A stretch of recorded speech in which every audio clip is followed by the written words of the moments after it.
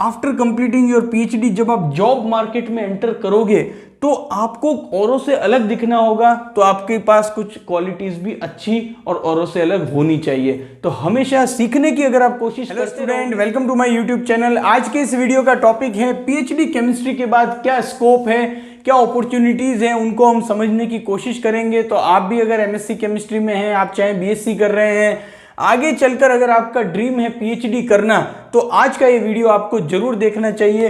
Friend, PhD की अगर हम बात करें तो पीएचडी का फुल फॉर्म होता है डॉक्टर ऑफ फिलॉसफी। और जब भी हम किसी भी सब्जेक्ट में पीएचडी करते हैं तो हम पीएचडी में किसी भी एक पर्टिकुलर टॉपिक पर रिसर्च करते हैं, और रिसर्च करने के बाद हमारे रिसर्च आर्टिकल्स पब्लिश होते हैं, कई बार स्टूडेंट के पेटेंट पब्लिश होते हैं, और उसके बाद एक बहुत ही लंबी जर्नी होती है, बहुत ही उतार चढ़ाव भरी जर्नी होती है पीएचडी की। ऑलमोस्ट अगर हम इंडिया में बात करें तो लगभग 5 ईयर जो है वो हमारे लग जाते हैं जब हम पीएचडी में एंट्री लेते हैं, 5 साल पहले, और 5 साल बाद हम पीएचडी कर आते हैं। तो बहुत सारे स्टूडेंट के मन में ये डाउट होता है कि सर, पीएचडी करने में ऑलमोस्ट इंडिया में 4 से 5 साल लग जाते हैं, तो क्या इतना टाइम इन्वेस्ट करने के बाद आगे जब हम पीएचडी कर आएंगे तो क्या हमें अच्छी जॉब मिलेगी, क्या हमें अच्छी गवर्नमेंट जॉब मिलेगी?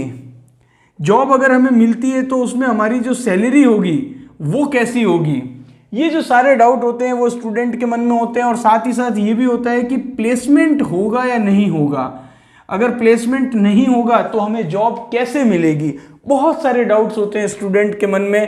तो पीएचडी केमिस्ट्री के बारे में मैं आपको बताने की कोशिश करूंगा, क्योंकि मैं खुद इंडस्ट्री में 7 से 8 साल से काम कर रहा हूं। कई सारे पीएचडी होल्डर्स जो कि डिफरेंट यूनिवर्सिटीज से, डिफरेंट आईआईटी से पीएचडी करके आए, उन्होंने भी अपनी जर्नी शेयर की कि उन्हें कैसे जॉब मिली, कितनी मुश्किलें उन्हें आई। सब कुछ हम इस वीडियो में समराइज करके बात करेंगे, ताकि आपके पास एक कंक्लूजन आ सके कि पीएचडी केमिस्ट्री का स्कोप क्या है और क्या आपको ये पीएचडी केमिस्ट्री करनी चाहिए या नहीं करनी चाहिए। तो फ्रेंड, अगर हम बात करें तो एमएससी केमिस्ट्री जब आप करते हैं तो एमएससी केमिस्ट्री करने के बाद मैं अपने कई सारे वीडियोस में आपको बता चुका हूं कि सीएसआईआर नेट का एग्जाम होता है, और नेट के एग्जाम में अगर आपकी अच्छी रैंक आती है और आप अगर जेआरएफ क्लियर कर लेते हैं तो आपको क्या मिलती है? फेलोशिप मिलती है। और उस फेलोशिप के थ्रू आपकी 5 साल तक की जो पीएचडी होगी उसमें आपको बहुत ही अच्छी फेलोशिप मिलेगी। और वो फेलोशिप इतनी होती है जो कि आपको एमएससी के बाद जनरली किसी भी प्राइवेट जॉब में भी नहीं मिलता है। 31,000 मिलते हैं इनिशियली 2 ईयर के लिए, और उसके बाद नेक्स्ट 3 ईयर के लिए 35,000 पर मंथ मिलते हैं। एचआरए अलग से मिलता है। तो यहां पर एक बात आ जाती है कि अगर आपकी केमिस्ट्री पर कमांड अच्छी है, आप अगर सीएसआईआर नेट क्रैक कर लेते हैं, तब तो मैं आपको एक ही सजेशन दूंगा कि आपको पीएचडी जरूर करनी चाहिए अगर आपकी जेआरएफ क्लियर हो गई है। क्योंकि जेआरएफ क्लियर करने के बाद मैंने आपको पहले ही बता दिया कि अच्छी खासी फेलोशिप के साथ आप पीएचडी करते हैं, और आपका जनरली बहुत ही अच्छे इंस्टीट्यूट में पीएचडी के लिए सिलेक्शन भी हो जाता है।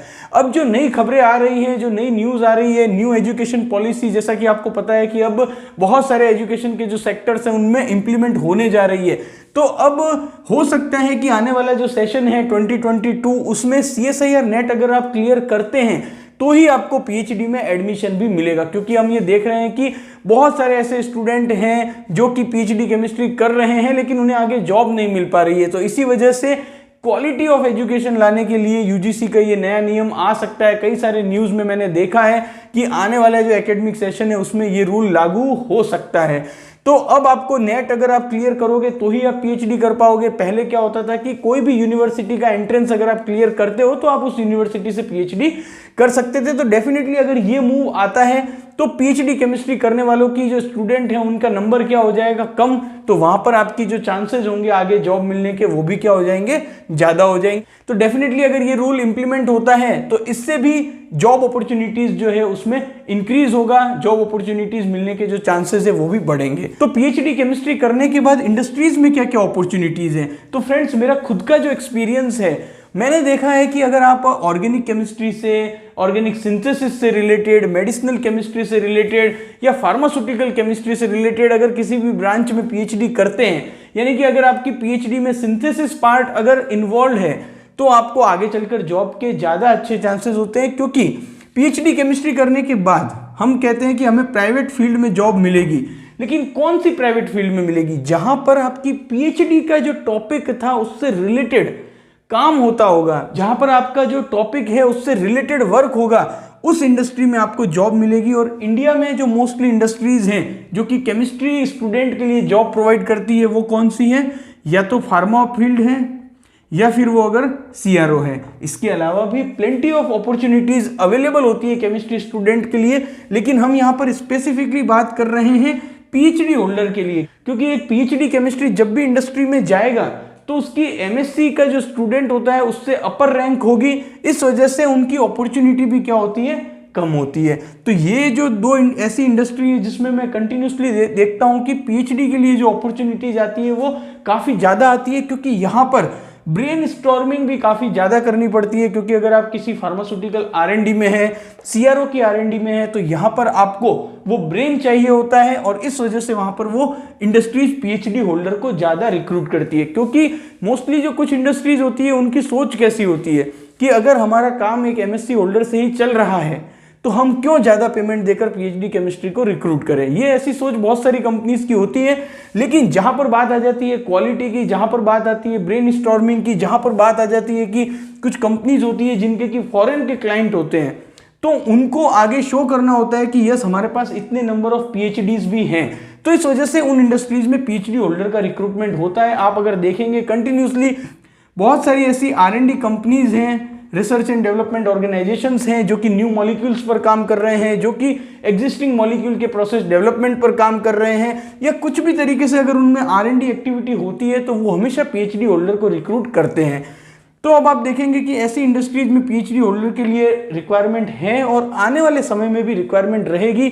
जस्ट एक बात यहाँ पर आपको बता दूं कि जब भी आप कोई प्राइवेट फील्ड में ज्वाइन करते हैं तो आपको वहां पर वर्कलोड जो होगा वो भी रहेगा, क्योंकि यहाँ पर प्राइवेट इंडस्ट्रीज में कटिंग एज टेक्नोलॉजीज पर काम होता है, आपको काम डिलीवर करके देना होता है। तो कुछ ऐसे स्टूडेंट होते हैं जो ये सोचते हैं कि बस मुझे एक रिलैक्स जॉब मिल जाए, तो ऐसा प्राइवेट फील्ड में तो कम से कम नहीं रहने वाला है। वहां पर आपको अपने टोस पर रहना पड़ेगा, आपको हमेशा अपडेट रहना पड़ेगा। तो अगर आप इन सब चैलेंजेस के लिए तैयार हैं तो आपके लिए बहुत अच्छी अपॉर्चुनिटीज रहेगी। तो आई थिंक आप प्राइवेट फील्ड में जो अपॉर्चुनिटीज है उनके बारे में तो आपको एक आइडिया लग चुका होगा कि कैसी अपॉर्चुनिटीज रहती है। साथ ही साथ अगर हम बात करें प्राइवेट फील्ड में एकेडमिक अपॉर्चुनिटीज भी आपके लिए बहुत अच्छी खासी रहेगी। अगर आप एक पीएचडी होल्डर हैं, आपकी सब्जेक्ट पर कमांड अच्छी है, तो एकेडमिक में, प्राइवेट फील्ड में, यूनिवर्सिटीज में या फिर कोई कोचिंग इंस्टीट्यूट है, उन सभी में आपको अच्छी अपॉर्चुनिटी रहेगी, अच्छा पे एंड पर्क्स भी रहेगा। साथ ही साथ मैंने इंडस्ट्रीज में जो पे एंड पर्क्स है उस सेक्शन की अगर हम बात करूं तो अच्छा पे एंड पर्क्स मिल रहा है।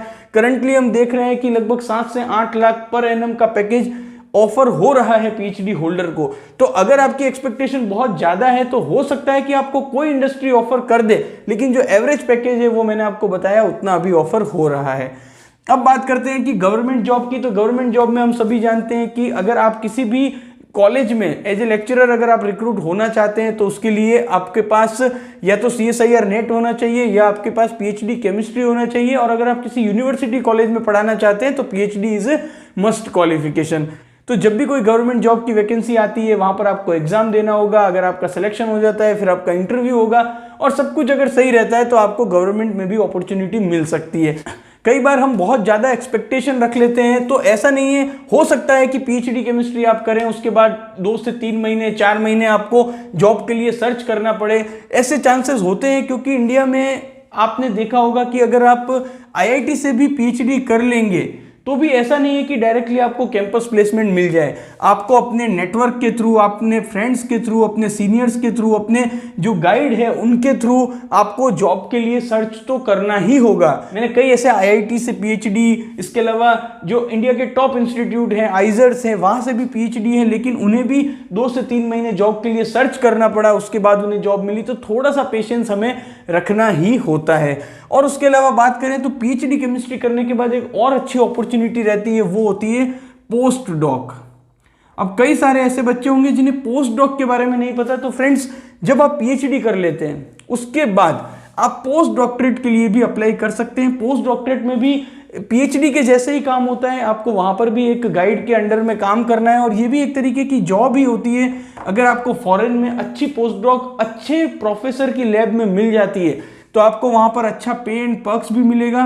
साथ ही साथ एक बहुत अच्छी अपॉर्चुनिटी आपके पास रहेगी कि आप वहां से अच्छे पेपर भी पब्लिश कर सकते हो। तो ये भी एक अच्छी अपॉर्चुनिटी है। पोस्ट डॉक अच्छी कब मिलेगी, जब आप अच्छी यूनिवर्सिटी से अच्छे गाइड के साथ में अगर आप पीएचडी करोगे तो उससे क्या होगा कि आपका बहुत अच्छा नेटवर्क बनेगा और उस नेटवर्क के थ्रू आपको पोस्ट डॉक मिलने में आसानी होगी।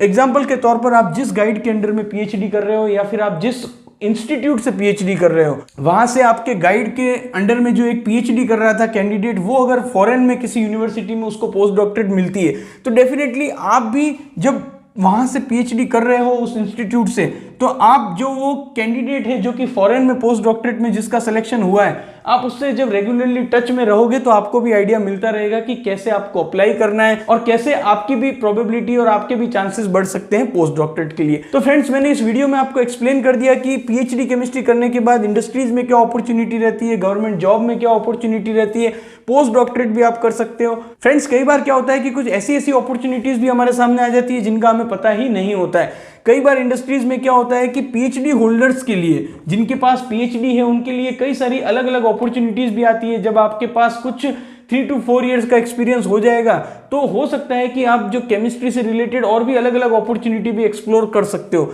एग्जांपल के तौर पर आपको बताता हूं कि एक इंडस्ट्री में एक PhD chemistry, post doctorate chemistry, जिन्होंने कि हार्डकोर केमिस्ट्री, ऑर्गेनिक सिंथेसिस पर काम किया था, 4 से 5 साल उन्होंने एक वर्क किया और उसके बाद उन्हें बिजनेस डेवलपमेंट में अपॉर्चुनिटी मिली। तो आप समझ सकते हैं कि एक पीएचडी डिग्री होल्डर है, एक पोस्ट डॉक्टरेट होल्डर है, उन्हें 3 से 4 साल, 5 साल इंडस्ट्री में काम करने के बाद बिजनेस डेवलपमेंट में अपॉर्चुनिटी मिल गई। तो ये क्यों मिली? क्योंकि उनके पास पीएचडी थी, ऑर्गेनिक सिंथेसिस का अच्छा खासा एक्सपीरियंस था और आगे चलकर वो किस में मूव हो गए? बिजनेस डेवलपमेंट में।